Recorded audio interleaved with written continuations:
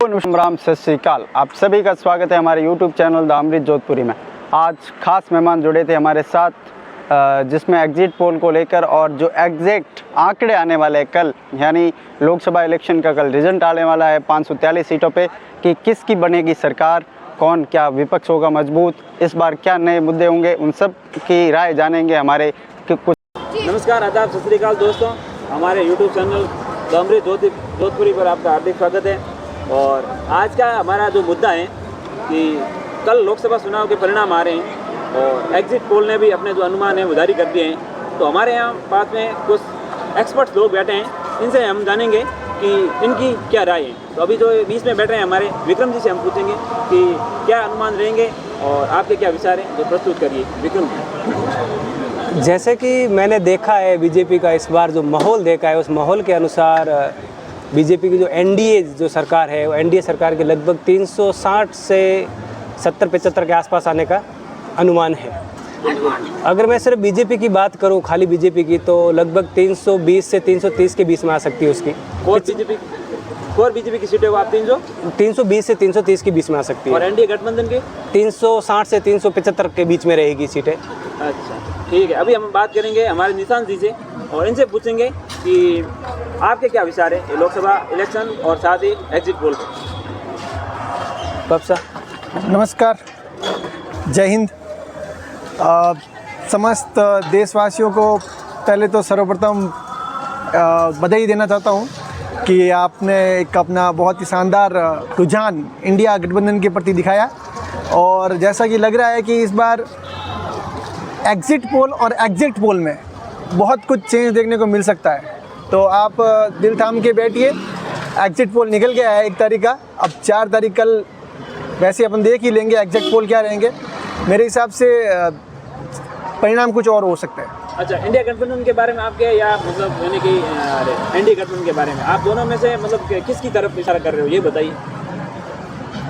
मेरा हिसाब से इंडिया गठबंधन लीड कर सकता है, मे बी, मतलब एक बहुत बड़ा उबार कर सकती है। जो पिछली बार कितनी 45 सीटें थी, लगभग 55, जो हमारा वो तरीके से कहते हैं कि कोरम होना चाहिए, कोरम पूरा नहीं कर पाई थी पिछली बार।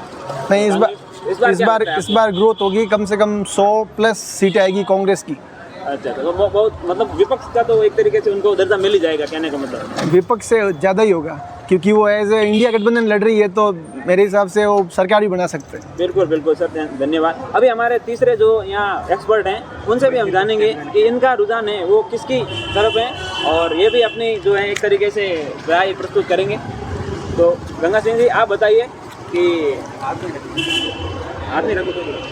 मेरे अकॉर्डिंग बीजेपी इस बार बहुत अच्छी सीटों से आगे आएगी। पिछली बार गठबंधन आप कह रहे हो? हाँ, एनडीए गठबंधन नहीं, सिर्फ बीजेपी की सीटें भी है जो 310 से 320 के बीच रह सकती है। अच्छा। और एनडीए गठबंधन मिला के 350+ सीटें जाएगी। तो सर वो इंडिया गठबंधन की सरकार बननी थी, जो संविधान वाला मुद्दा छिड़ गया कि जब अगर इतनी सीटें आएगी तो संविधान बदल देंगे, नहीं, ऐसा कुछ भी नहीं होगा। बीजेपी सदैव भलाई के लिए ही काम करती है और उसी वे में आगे चलेगी। ऐसा नहीं है कि वो कुछ भी चेंज कर दें, ये संवैधानिक मुद्दे हैं जो चलते रहते हैं।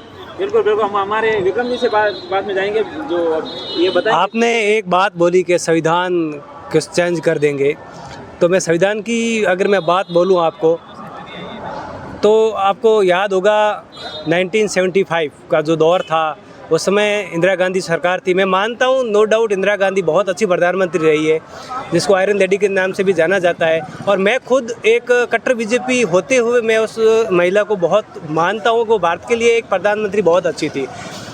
उनकी कुछ कमियां थी कि उसने जैसे अपना मौलिक ढांचा होता है, जो मूल अधिकार, जो अपने संविधान का मौलिक ढांचा होता है, उसके साथ छेड़छाड़ करने का किसी को भी अधिकार नहीं होता है। ऐसा कहा जाता है अगर कोई भी मौलिक अधिकार के साथ अगर कोई छेड़छाड़ करता है तो वो मूल अधिकारों के साथ असंगत हो जाता है या शून्य हो जाता है। उसने लगभग 42वां संविधान संशोधन करके 52 से 55 के बीच में तो नए अनुच्छेद बना लिए थे। काफ़ी अनुच्छेदों के अंदर उससे संशोधन कर दिए थे, नए प्रावधान जोड़ दिए थे, जैसे राष्ट्रपति को मजबूर कर दिया था, सरकारों का कार्यकाल बढ़ा लिया गया था। मतलब इस टाइप के जो किया था, उस समय उनको लगा नहीं कि भाई संविधान चेंज हो रहा है। और इस बार थोड़ी सी हवा क्या बताइए, सब लोगों को लगने लग गया कि भाई संविधान चेंज कर देंगे। और वैसे तो बीजेपी सरकार ने, जो एनडीए सरकार है, इसने तो अभी तक कुछ ऐसा बोला नहीं कि हम संविधान को चेंज कर देंगे, ऐसा कुछ भी नहीं बोला है। अब देखते हैं संविधान चेंज करेंगे या नहीं करेंगे।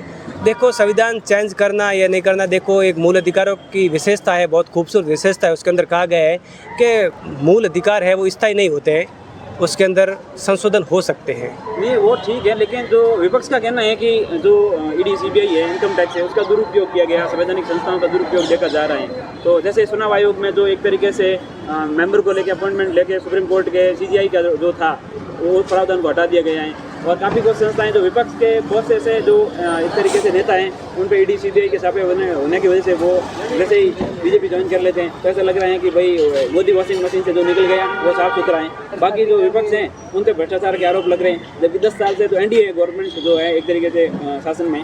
तो इस पर आप क्या अपना जो व्यू है वो रखिए। नहीं मतलब जैसे कि मैं एक बात बोलूँ कि भाई ईडी का दुरुपयोग कर रही है, जो भी एजेंसियों का दुरुपयोग कर रही है, हो सकता है उन्होंने कुछ घोटाले किए होंगे तभी इनका दुरुपयोग भाई उपयोग कर रही है ना। भाई दुरुपयोग तो कैसे करो, उन्होंने कुछ तो घोटाले किए तभी तो रोजगार हो रहे। जैसे कि एक कांग्रेस के नेता था, उसके पास से 350 करोड़ रुपए पकड़े गए थे, वो पैसे कहाँ से आए? भाई उनके घर में उन्होंने तो थोड़ी कोई मतलब वो पैसे लेकर कमाए होंगे कहीं से, तो वही भ्रष्टाचार थे तभी तो उनके उजागर हुए ना।